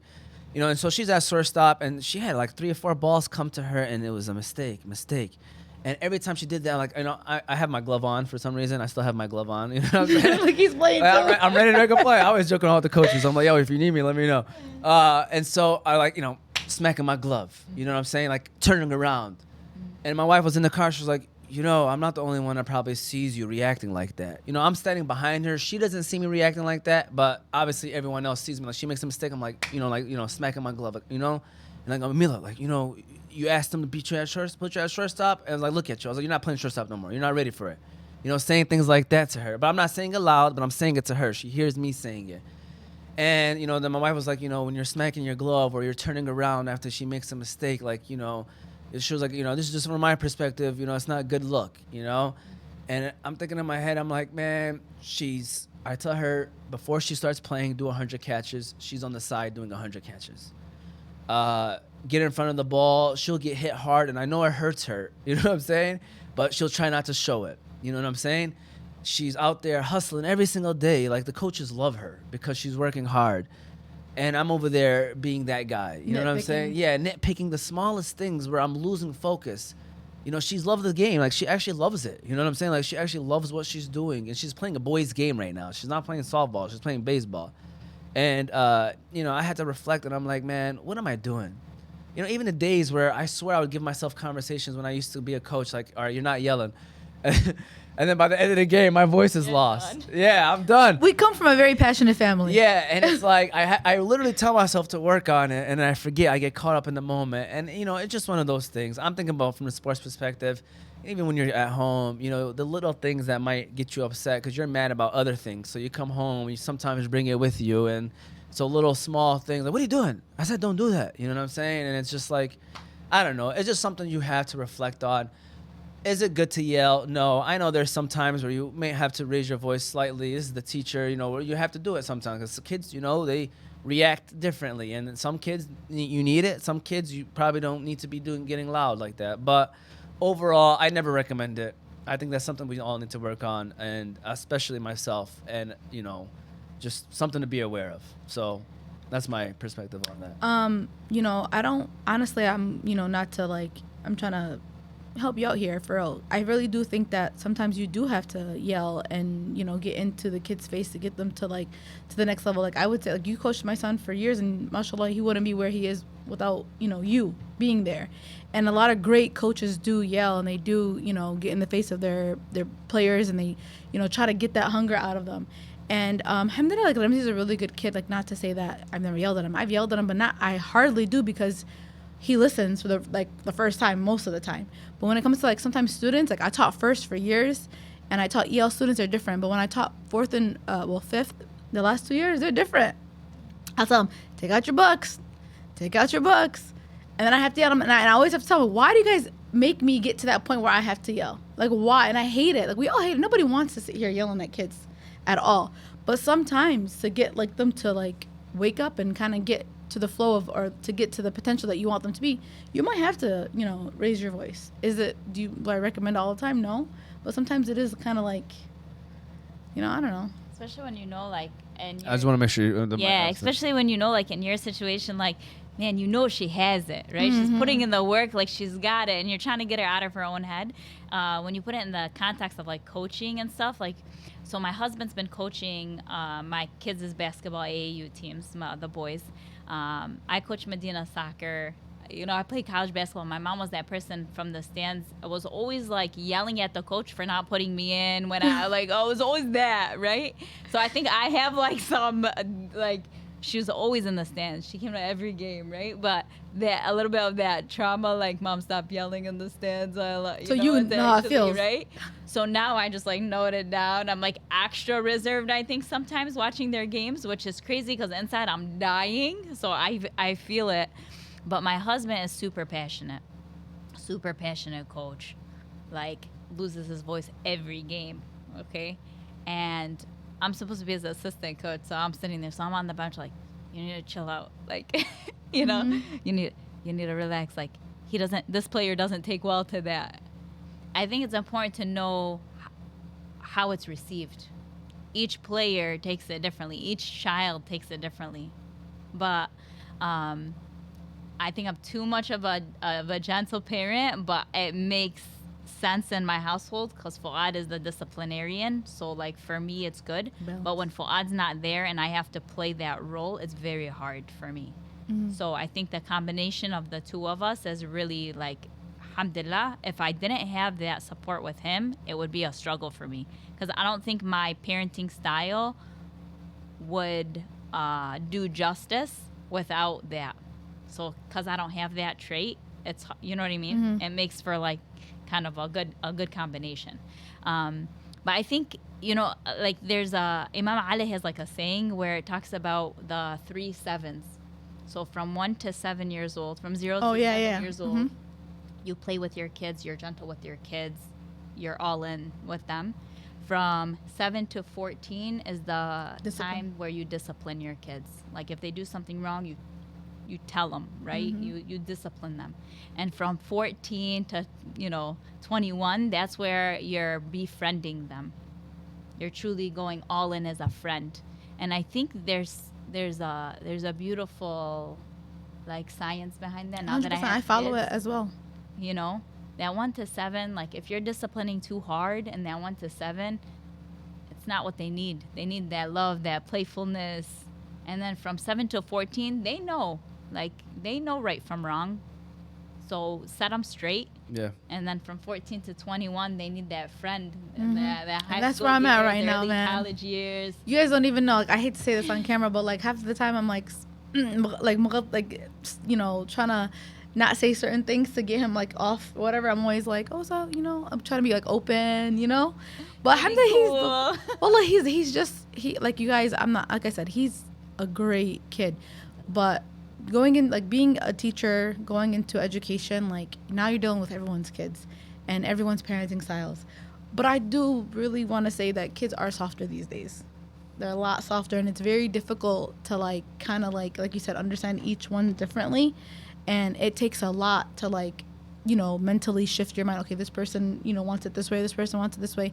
And it's a lot. It's a lot for a coach or a teacher. What I'm saying as well. I had a funny line that a player told me that made me reflect very hard on like how I was portraying myself to them. Because if you taught, I mean, like my mom used to always say, like, till this day, like, why are you always silly? You know what I'm saying? Like my mom would say that, and I'm like, because like I have to feel like the world is just such too much serious, too much problems. You know what I'm saying? That's why I like that. But the player told me, he's like, Coach, do you ever smile? And he told me that, question, and because this is like the middle of the season too, and I'm like, man, he's an 8th grader. This was when I was coaching a couple years ago. He was like, Coach, do you ever smile? And in my head, I'm like, man, like, what are you talking about? Yeah, like you don't even know me, but this is what he sees. Yeah. You know what I'm saying? Like this is what he sees, and I'm only that way because I know they're in middle school. Like someone has to be that person to them, because they're just going about doing whatever they want in the real, in the classrooms and all that. So I felt like I had to be like the disciplinary person to them, And we hate being that person. And that's what they don't know. No one wants to be that person, wallah. And that's what I told them. I was like, you think I want to be like this? I was like, do you think I want to act like this? I was like, I just have to be this way because if I did act that way where I'm being silly, I was like, y'all gonna think that that's okay, and there's a time and place for everything. But, then I reflected. I was like, man, you know what, man? We got to have a balance, and that's what ended up working out. Things worked out afterwards. But when he said that to me, I'm like, man, like, does he really think like he doesn't know how I am out of here? When I'm out of this situation, like I'm the person that people sometimes tell me I need to be more serious. You know what I'm saying? Because I like to joke around a lot.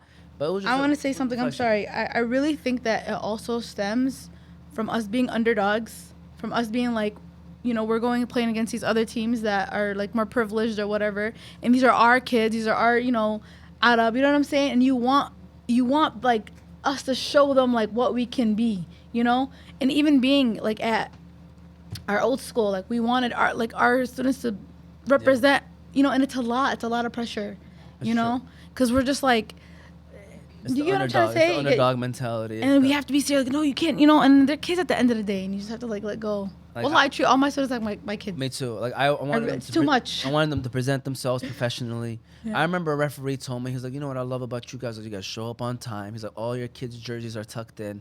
You know, they don't talk to us. Like me, I ain't gonna lie. Me and the referees, we used to Yep. Oh, yeah. buy shit. Anytime my players said a word to the referee, I would rip them for it. Yep. Even though I agree with them. Because that's not your job. That's not your place. That's my job. You know what I'm saying? Yeah, he got in trouble with the referees. a lot. Yeah, like, but I never used to let my kids get in trouble. Anytime you're out of the game. You know what I'm saying? I miss But- those days, man. Yeah, I do too a little bit. I ain't gonna lie to you, though. I couldn't take it. That's why I don't coach no more. I don't coach anymore. Like I help out coaches. You know, my wife was just telling me we just signed my daughter up for softball. She was like, "Do you want to volunteer?" I was like, "No." I was like, "But I'll help." I was like, I don't want to be considered a volunteer because I'll just help because I don't want to fall into that trap again where I'm just like caught up in the moments and next thing. But I you know. appreciate coaches that really like have the fire and they want to win and they want to build like great players. Like I'm all with that. It is what it is. I lied when I said the earlier question was my favorite question because this is my favorite question. What would your kids say about you as a parent? I asked them the question. I actually asked them the question. I should have asked them my kids the I question. should actually. You want to call? Then we I, can On slide? live? I actually, I don't know. It's like you can't Nah, filter no. it. They got- I didn't filter No, it. my daughters, they might have said. Sometimes he yells at us. You want to call Ramsey? No, Ramsey's gonna be shy and he's gonna answer professionally. He doesn't. We'll make it seem like we're not on live anymore. It's all right. No, this is your answer. It's not Ramsey's answer. Okay, that's true. This is your answer of how you think your I kids thought- view. I didn't know what they were gonna say, and I think we're as parents always more critical on ourselves than what our kids are on us. You know what I mean? Yeah, I agree. Like I thought maybe they would say, she loves me, she works hard, things like that. But then I got their answer, and then I reflected and I said, Alhamdulillah, you know? Mm. This question might get emotional a little. Yeah, I bit, don't know too. why I'm getting teary-eyed. It is Yeah. because, so I go to other games, okay? But right now they're playing like Hype Rec, 4 hours. Like they have two games back to back, 2 games back to back, 4 hours in the middle of a day on a Wednesday. You're working. ما بيشتغل ولا عالم, like, yeah. right? Okay, like it's hard for me to like 4-hour block in the middle of a day to like leave and move courts and figure it out and figure out coverage and all that. And sometimes I show up like 10 minutes late, but I'm there, you know? And I was talking to one of the parents. I said, I wonder if they see it. I wonder if they see that and appreciate it, or say like, Bubba was here an hour earlier with me, Mm. you know? Mhm. Because like their dad takes them and he works from home, so he's like always there. Flexible. Alhamdulillah, it's a blessing. But like they see it, which is super cool. So I don't know. I could play it real quick. Yeah. All right, so I asked Ahmad, Ahmed, and Medina. So let's see it. What would your kid or your child say about you as a parent? I think that you're very impactful. You drop anything and do whatever we ask you if we need it. That you're blowing up your company. You're very loving and caring. You're the best. You're amazing.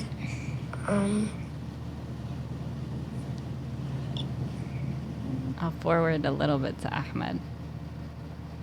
Whatever we say, If it's not all nice things. so I would say I told him be you're honest. brave, bold, amazing.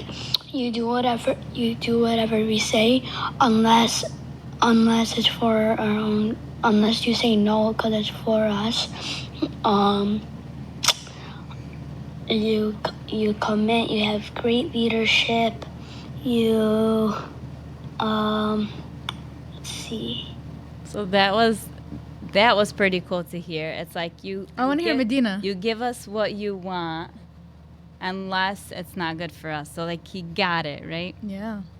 So here's Medina. She was doing Peloton and Canto in the background. So Medina, on my podcast, they're gonna ask me, what do you think about me as a mom? I think it's good because you help and you take care of us and you be nice to us and you love us. The fact that she's on the Peloton, that's crazy. Mashallah alaiha. Mashallah. Allahumma barak, all of your kids are beautiful, and the fact that they see that you're a leader, they see that you're bold. Look at even the words they were using. That You know, was they're the one young. that said brave and bold. Yep. That was cool. Like to hear. Yeah. You know? For sure. That was beautiful. I bet I'm looking at you. I think that he would say I'm hardworking. I think that he would, you know, I don't know, like, why am I getting emotional? I think that he would say that, you know, I would do anything for him.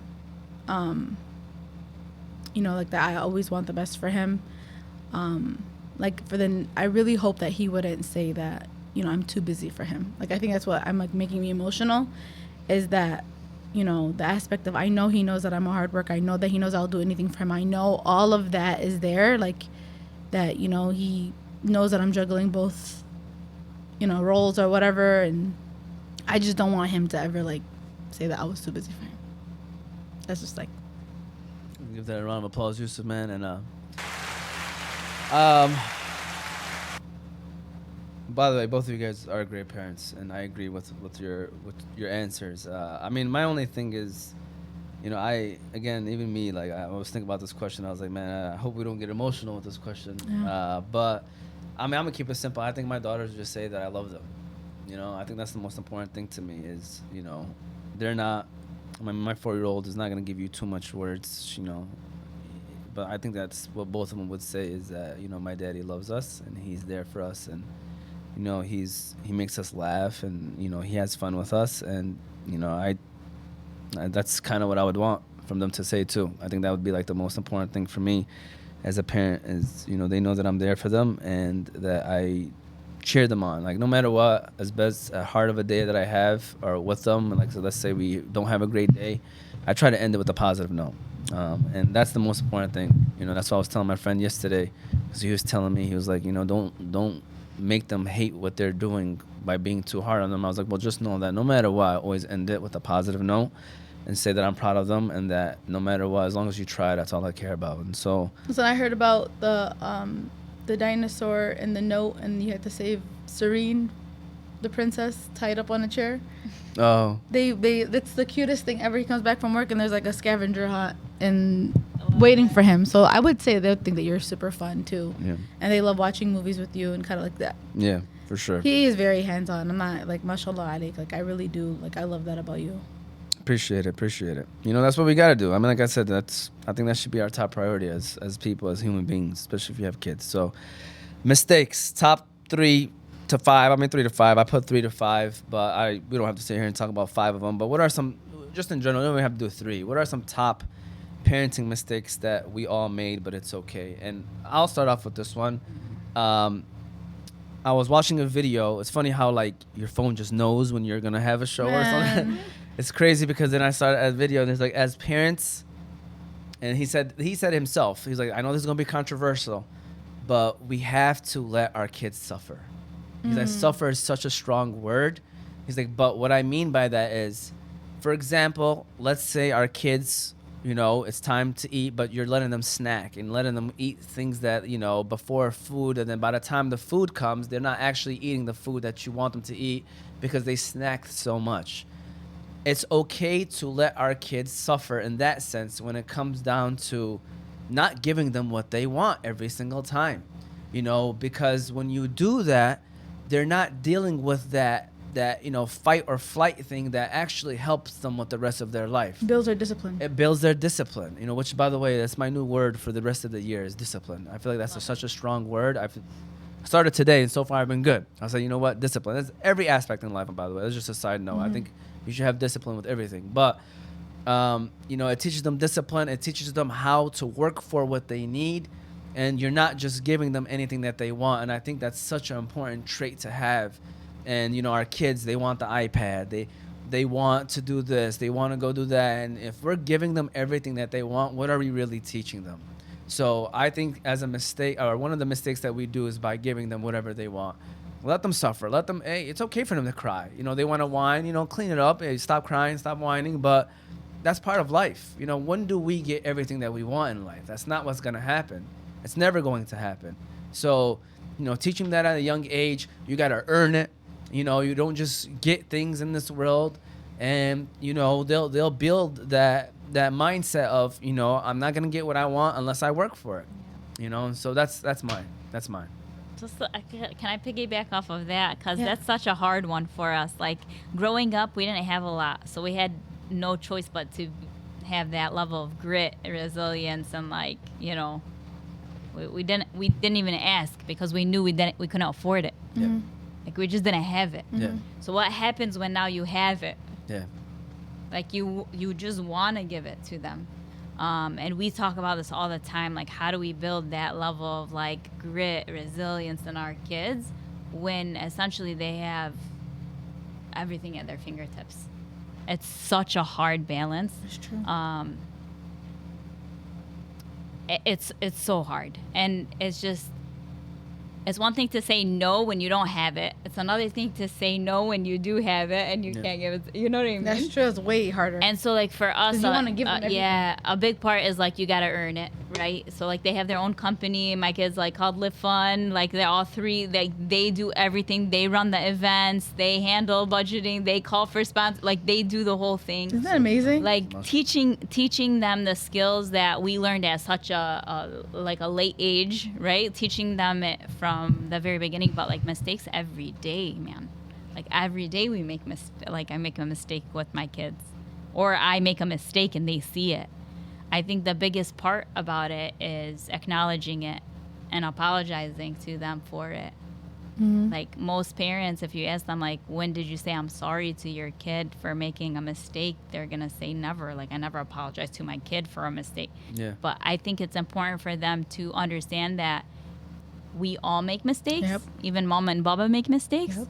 But we're acknowledging that we made this mistake and we're apologizing for it and we're talking through it. How do we get better the next time?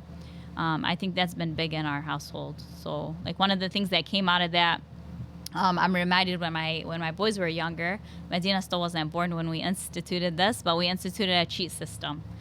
So I used to be, because I'm not the disciplinarian, I'm the gentle parent that has such a hard time saying no. I'm okay, we go to a birthday party, you can have whatever you want, come home, okay, we try to limit it, but if they ask, right? So I'm the yes, and Fuad was the no. Mm-hmm. So that was causing us problems too, because he was always no and I was always yes. So he was building a resentment, and then I was building a little bit of resentment. Mm-hmm. I'm why are you saying no? Relax, Mm-hmm. So then we came out of it with a cheat system where we basically are empowering our kids now to make choices. We give them 4 cheats a week where they have 4 pieces of sugar, cake, cookies, whatever, anything with sugar, processed stuff, 4 times a week. They can take it and say yes. But outside of that, you can't have any, right? And everyone's how are you doing this? It's haram. I'm why is it haram to limit the kids that sugar is actually haram like that? Right? Yeah. The society, this mindset is crazy on these topics. 100%. But what came out of that was something so cool. It was my kids started budgeting. So one Sunday we went to a birthday party, they had no more cheats. Oh, wow. Worst day of my life. I was a mess. Yeah. Okay. Fuad's yeah, it's how we teach them, and I'm a mess, right? And you're I'm a get mess. over here. I'm I can't believe. Inside, I'm dying, but we got through it. My son wakes up the next morning and he comes to us and he's I know what we're gonna do. Every week we're gonna ask you, what do we have? Do we have any birthday parties? Are we going anywhere? They learned budgeting, the honest system. Teachers would call us. They're hey, they're not Medina. Last year, her teacher called us. She's hey, Medina's saying she can't have this. The whole class is having it. I'm okay, is she upset? Is she angry? Is she crying? Is she... No, I'm just curious. She probably thinking she's out of cheats, you know? And then they got their friends to do it too, which is crazy. So it's cool. They're empowered now from a mistake that we were making. Finding a solution to that works for your family You know what I mean? That's amazing. And talking through it to them actually like a huge blessing. So I make mistakes every single day, but I think acknowledging the mistake, apologizing to your kids for it, and then finding a better solution moving forward and involving them in that process is so huge. And look, even your son, he came up with a solution. Yeah. Like he woke up and he's like, no, we ain't gonna have that again. You know what I'm He saying? probably think about it all night. Like, man. He did. It's a lot when other Sure kids, did. especially when other kids are enjoying and you see your kids like, it's like, you know, I get it. Like that's, I think it's a mom thing too, like with food. yeah, It's a like 100%. there's something about food and moms that Yeah. we're just like we want to feed them, you know. I agree. I mean, it's tough. I ain't gonna lie. I probably would have folded at that time. I'm like, me too. Yeah. 'Cause I you would've- see everybody. I have issues with you know, discipline with food myself. So I think that's, mashallah, he'll tell me, Mama, you said you wanted to lose weight. Mama, you said, I'm like, just make the cookies and don't tell me I can't have it. You know what I'm saying? So discipline has always, for the past 2 years, discipline has been my, you know, kind of goal for the year. It's hard. Like, that's one thing that I find comfort in, you know? Like, food for me is comfort, and, like, I need to find a different thing to switch those things. But something that, you know, I think that I need to work on. Or just parents in general. Parenting in general. I hope that I'm not, so, like, you know, you reflect on yourself as a child, right? And then you see, you're like, I'm never going to do that. And then you start doing it, and you're like, oh, shoot. You know what I'm saying? I feel like I like, you know, was kind of adultified at a young age. I had a lot of responsibilities at a young age. And, you know, I was cooking since I was 11. Like, I was taking care of the house. Like, my father, Allah yarhamah, he was sick since 2001. So, like, he was always at home. And, like, you know, it was a lot of responsibility. And now that when my son, you know, is at his age, he has a lot of responsibility too. And I'm like, I love that. It did, you know, make me the person that I am. But at the same time, I'm like, am I stripping that youth away? You know what I'm saying? So it's like that balance. Like, he can do everything in the house. He can run the house by himself, literally. He can make himself food. Like, he can cook a steak. You know what I'm saying? He does laundry. He cleans up. I don't have that, like, oh, he doesn't have to do that, whatever. It's because I'm busy too. Like, I'm working. I went back to get my master's. So, like, he understands that it's a team. But I kind of, like, worry also at the same time that I'm, like, stripping that, you know, that childhood away from him as well. Like, putting all of this responsibility, you know, on him at a young age. So that's something that I always like, because, like, sometimes I'll find myself, like, he'll be like, I want to go out with my friends, and I'm like, did you do this, this, and this, and this? And I'm like, that's what my mom used to tell me. Like, oh, you want to go with your friends, do this, this, and this? And I'm like, dang, like, but it's like, I need him, you know? So it's like, you know, that's kind of something that I feel like I have to work on. Yeah. No, it's a good point. I think a lot of parents still deal with that issue too, of stripping their kids from their childhood because of the responsibilities. And there's a lot of the times, obviously, it's when it's a one-parent household. It's not easy for the whole dynamic of the situation. But you're doing an amazing job. The guy can do whatever he wants. To be honest with you, you're preparing him for college because there ain't no baby. He in ain't college. going nowhere far away. I'm just Stop. Let him go wherever he want to go. Listen, if he gets a scholarship, I will not say anything. Yeah, that's one thing about Tell him, me. like, tell him if I he ain't wants gonna to do lie, that, then he has to we work were hard. babied growing up. So when I went to college, They were baby growing up. yeah, I mean, yeah, the boys were babied growing up, and so when we went to college, I'm like, oh man, I gotta do everything. He used to bring his laundry to the house every weekend. He didn't know how Not to do every laundry. weekend. I mean, you know, if you knew you're coming home that weekend, I'm like, bring your laundry. that was my We'll mindset. do it. You know, I was like, you know, might as well. If I'm coming home this weekend, I'm gonna bring them home the No, laundry. I'll tell you guys this right now. Growing up, like, I loved my brothers. Like, I loved them as much as they were spoiled and rotten, whatever. But, like, I loved them so much. Like, I would, you know, do it. Like, I wouldn't, like, it wouldn't even be a question, you know. But now, as I see them as men now, like, they really do, like, respect me as, like, you know, they're proud of me. They, you know, it's a different dynamic. But when we were younger, it wasn't even a question. I was gonna do it. You know what I'm saying? That's funny, but true. You think it's funny, but It is true. true. It is true. So listen, as you prepare your final words and final comments, what an awesome show. What a great way to close out season 4, by the way. You know, one more time, I'm going to tell people how they can follow us. We're going to give a shout out to our sponsors one more time, and then we'll give our final words. Again, you can watch this full episode on our YouTube or Apple and Spotify podcast under Oz Media. You can check out our clips on Facebook, Instagram, and TikTok, all under Oz Media. And all those platforms are on our website, ozmedia313.com. Shout out to the sponsors one last time for this season: Hanley International Academy, Holy Bowly, Wing Fellas, Juice Box, Melika Kebab, Jabed Coffee House, Royal Kebab, and Riverfront Cleaning. We appreciate them and their support. One more time, Yusuf, give a round of applause. We made it through season 4. I tell people all the time, it ain't easy nowadays to be keeping this going, because nowadays with this cancel culture and people getting upset at certain things, alhamdulillah, first of all praises due to Allah. There would be nothing, this would not be happening without Allah. So thank you, and we're grateful for that. That's for sure. With that said, Dewnya, we're gonna give you the final word of all final words. Okay, so Abir will let you start. Final words, final comments. And then Dewnya, you'll close out not just the show, but you'll close out the season with your final word. So Abir. Yeah, your kids are your amana with Allah, and they have rights over you. So make sure you spend time with your kids. Make sure that you are there for them. Make sure that you're bringing someone into society that is going to make it better. I really do believe that, they're our vessel to Jannah. If they do their best, inshallah, both of you guys will be in the Jannah, and just keep your intentions pure and just be there for your kids. And Dewnya, close us out. Final words, final comments. I feel like I put a little pressure on you on that one. A little bit. You threw me off, and it wasn't even me. I was like, okay. Sorry, I No, apologize. you're good. Yeah. You're good. I think every parent just needs to do their best. Every parent is struggling. Every single parent is struggling with something, right? And is struggling trying to raise the best kids that they possibly know how to raise.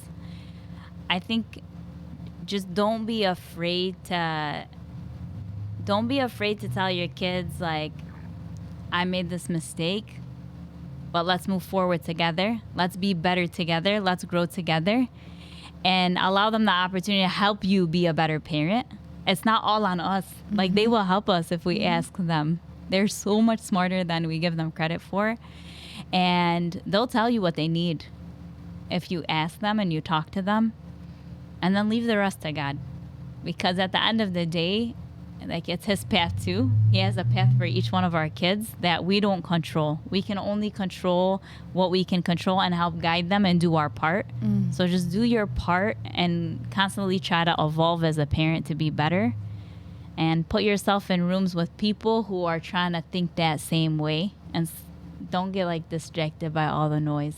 And inshallah, we'll do it together as a community, as parents, pouring into our kids and allowing them to pour back into us. That was beautiful. Inshallah. Yep. Go ahead, Clap it up Yusuf. for that. Give that a round of No, applause. beautiful. Well, there you have it. Again, this was season 4, episode 40 of Oz Media's Motivate Me 313 podcast, the season finale. The topic was Between Two Worlds, the reality of raising Muslim kids in today's society. Dewnya, Bazzi, Abir T, Omar T, Yusuf T in the back. We hope that you enjoyed this episode, and we will see you all, inshallah, back in September. We'll be back with the Fantasy Guys as well as Motivate Me 313, trying to deliver you shows that can hopefully impact the community in a positive way and having conversations that matter. Thank you all for watching. Thank you all for supporting, and inshallah, we'll see you all next time.